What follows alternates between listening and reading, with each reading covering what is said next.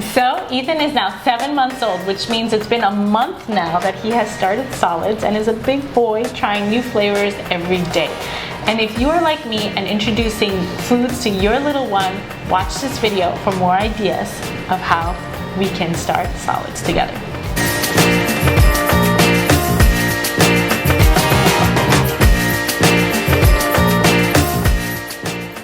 Hey guys, and welcome back to Mommies of Jen. I'm Vanessa. And I'm Samantha. And we make videos on how to teach, love, and care for your kids. So if you are interested in mommy tips or teacher tips, this is the channel for you. Go ahead and subscribe and ring that bell so that you can get more videos like this. Ethan is now 7 months old, and Yay. believe it or not, it's been a month of him experimenting with solids. That time really flew by. Yeah. And we did wait until he was 6 months old to start him on solids, which is a little later. I know some people start when they're 4 months old. And the reason we did that was because our pediatrician recommends that for all of his exclusively breastfed babies that he sees. So because he was still being exclusively breastfed, he recommended that he has some extra time of getting all the mommy's milk and getting all those benefits. Yeah, makes sense. I actually started at 6 months as well with both kids, but for me it was just a different concern because both my kids had eczema. And because they had eczema, then their pediatrician recommended that I started solids a little later just because we wanted to avoid any outbursts. Yeah. So how we did it is the first food that we introduced to him was oatmeal. So we mixed some oatmeal with some breast milk and we fed it with him with a little spoon. I love it. Yeah, it's so cute. And he loved it. He loved it. I think I have a photo. If I can find a photo, I'll insert it here. And but then what happened next was he got really constipated. Oh no, that's not good. Yeah. So one of the things you should expect, or it does happen to a lot of babies, is a little bit of constipation. And when he was constipated, we gave him prunes, and what I was recommended by one of my colleagues at work is the 3 P's, to always have the 3 P's on hand for constipation, and that stands for prunes, peaches, and pears. Yeah. So to have one of those purees in your house at all times, so when they get constipated, you give them a little bit of that, and that should take care of it. So what ways did you start? Because I started with vegetables first. I don't know if you did the same. Yeah, so besides the prunes, so first oatmeal and then the prunes, and then we tried the vegetables, and I did butternut squash, I did sweet potato, and those were the first 2, and then I did things like peas, which are great and really easy. So I really easily make just blend them up in the blender, honestly. Steam them a little bit and blend them up and give him purees, and we did do all purees at first. And one of the reasons why you want to start with vegetables is because nobody really likes vegetables, right? And if you give them the sweets first, if you get them all the fruits first, then they're gonna kind of just want those sweets, and when you introduce vegetables, they're not gonna want them. So you kind of want to give them the less flavorful first, and then move into the sweets. Yeah, so they kind of get used to different flavors and expand their palate, right? Another thing is that the pediatrician recommended us to do is to introduce one food at a time, and for at least 3 to 4 days at a time before introducing a second food or a second flavor, just in case of any allergy reactions that they might have. You want to be able to pinpoint what exactly is causing that reaction. It was really interesting with the butternut squash. The first time I introduced it to him, he didn't have any reaction, and then the second time I introduced it to him, he had a little bit of like reddening around his mouth area. I assumed that it was from the butternut squash because it was only that, but the first time he didn't. So I will be trying that one more time and always having Benadryl just in case on the side, if I notice any more severe reactions to the foods. Yeah, I love that you mentioned that because Noah was already eating eggs and we knew that he wasn't allergic to eggs, right? And we also had to do the introduce one food at a time for long periods of time because we wanted to see if anything would flare up their eczema. But one day he did have a reaction to eggs, and it was out of nowhere. He had already had the eggs before, and he had this reaction, and the first thing that I went for was the Benadryl because I immediately called my pediatrician, and he said just give him a little Benadryl and he'll be fine. Yeah, from my research, it is eggs are a high allergen food, so be careful with things like eggs. Eggs and I believe dairy products also.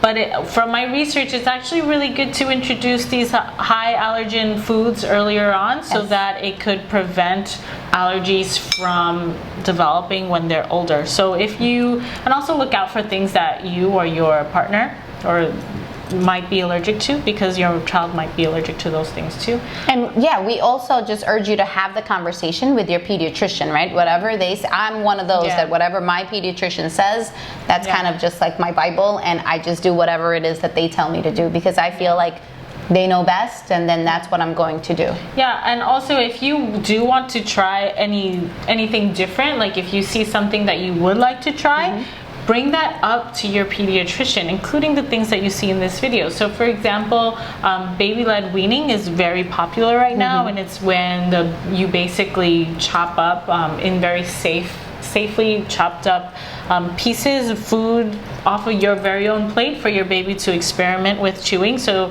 they even do it with meat. So people who do baby-led weaning will cut up pieces of meat, cut up pieces of chicken, cut up pieces of anything and introduce it to their baby so they could practice grabbing the food by themselves and also chewing.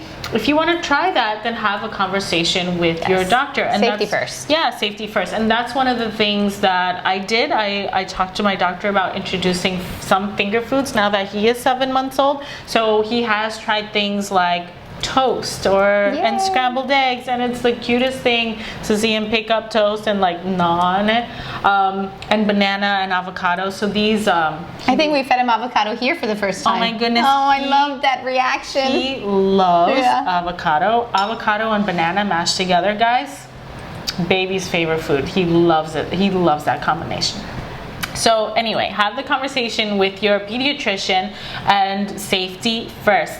I am terrified of choking, and that is I have to be honest on this video, I am terrified of choking. Yep, so am I. Yeah, and I know that he needs to, even the first time I saw Omar give Ethan watermelon, and I think an elderly person with no teeth can chew watermelon. I mean, watermelon is just like really like, and he has no teeth, like you don't need teeth to eat watermelon. But the first time I saw him give him watermelon, I was like, oh my goodness, what are you doing? And so I had to do my research.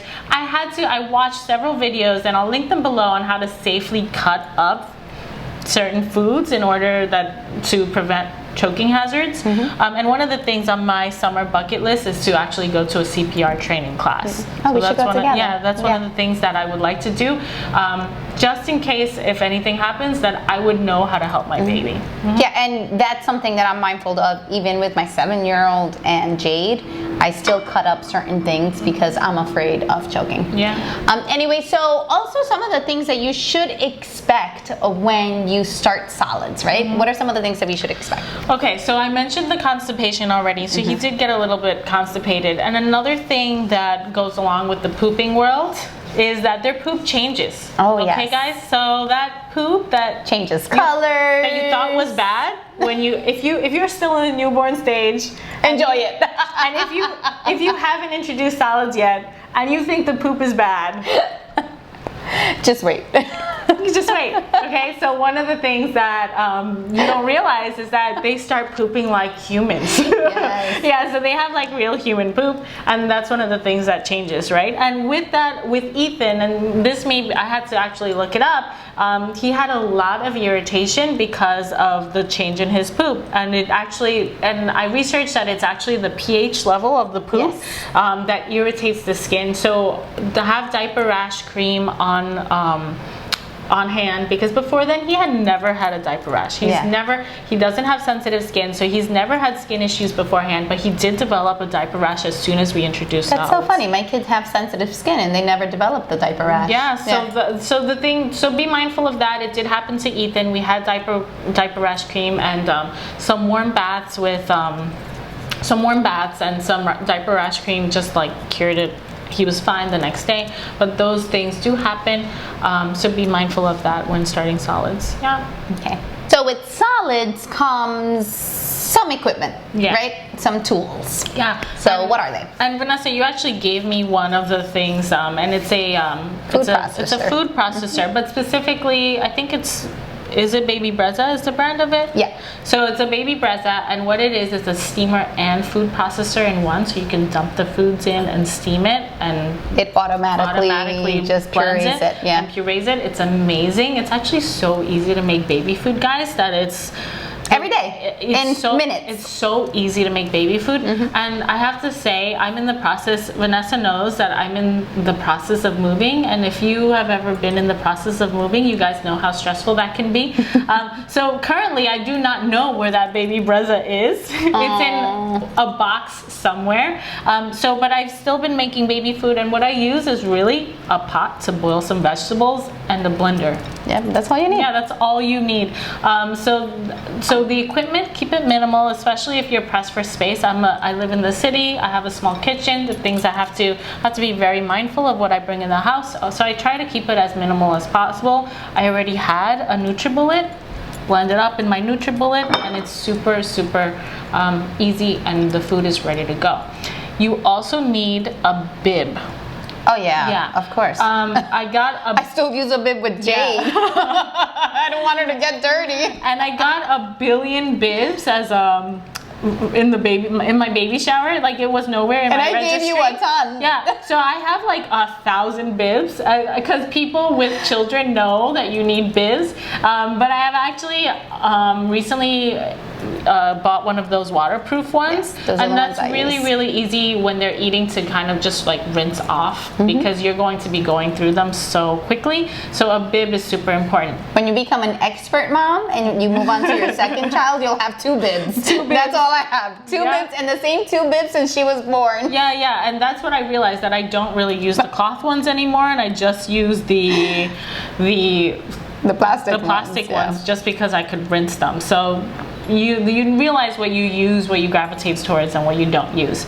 And the next thing is a high chair. Oh yeah. When I first started feeding him at 6 months, he was still in his bouncer, so I would feed him sitting in his bouncer because that was fine. He hates the bouncer now. It's only been 4 weeks, guys. It's only been 4 weeks. He's already sick of the bouncer. He used to love it. Retired from the bouncer, and now he's in his high chair just because he doesn't want to lay back anymore. He wants to sit up, right? So you'll need a high chair, you'll need a bib, and you'll need something to make your baby food. Another thing is spoons, little spoons. I like the ones that are plastic all throughout, or a soft material all throughout, because they do like to grab it and chew on it and gnaw on it, and I always get afraid when he spins it around and tries to chew on the metal part. Oh yeah. Because I don't want him to hurt himself. So I like the ones that are rubber all around. And we'll put some of the links to our favorite things below, and let us know what you guys use. How did you start your solids? Any particular recipes that you follow? We would love to hear back from you. Yeah. So thank you for watching, and we'll see you next time. Don't forget to subscribe and ring the bell for more videos like this.